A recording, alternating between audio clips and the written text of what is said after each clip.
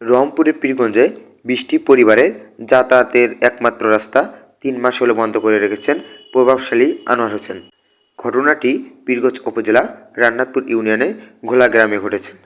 ঘটনাস্থলে গিয়ে জানা যায়, রাস্তা প্রায় ১ যুগ ধরে ব্যবহার করে আসছেন পরিবারগুলো। হঠাৎ বন্ধ করে দেন প্রভাবশালী আনোয়ার হোসেন। ভিডিও চিত্রে থাকছে বিস্তারিত। উনি হলো আমার বাড়িতে না যা আমার বাড়ি গেলে আইতুত বলছে তাহলে আমি রাস্তা বন্ধ করবো। এখন আমার কিন্তু কোনো কথা বলে নেই।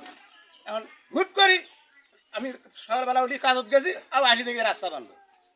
তো আমার কাছে হাত ধরলো পা ধরলো বলে আমার ভাসুর যখন বাড়ি থেকে বাইরে যাবে তখন আমি রাস্তা দেবো। তো ইদানিং মাস ৪ হওয়া যাওয়ার পরে এখন উনি গাওয়াগাই বলতেছে কি আমার ঘাটাঘাটি টেক আসো, মানে আমাকে আর ঘাটাও দেবে না টাকাও দেবে না। মানে আপনারা হচ্ছে এই রাস্তার জন্য মানে তাকে মানে ইয়াও দিচ্ছেন, টাকাও দিচ্ছেন আনোয়ার? হ্যাঁ, টাকাও দিচ্ছে। আচ্ছা, তারপরে হ্যাঁ, ইট গাঁঠি দিছে। হ্যাঁ, তারপরে এখন ওনার হলো ওনার ভাষ্য এখন মানুষের সাথে কথা বেড়াচ্ছে, টাকাও দেবো না রাস্তাও দেবো না। আপনারা এখন কি চান? ঘাটাঘাটিটা টাকা শোধ, আমরা এখন রাস্তা চাই। রাস্তা স্যার। আচ্ছা, এই যে আপনাদের নামে যে আনোয়ার হোসেন যে মামলা দিল, এই মামলাটা দেওয়ার কারণ কি? কেন মামলা দিল আপনাদের নামে? এখানে এই রাস্তার বাদ ওনারা কাজ করতেছে, আমি আসি গেলাম বলে মানে এই দিচ্ছে আপনি আপনার এনারা ৫০,০০০ টাকাও দিয়েছে, এখন পাঁচিও দিয়ে দিয়েছে।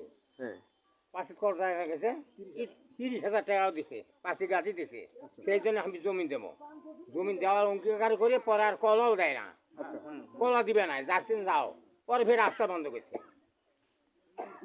আবার দিলে করলে ওইলে ঘটনা সত্য। ধন্যবাদ।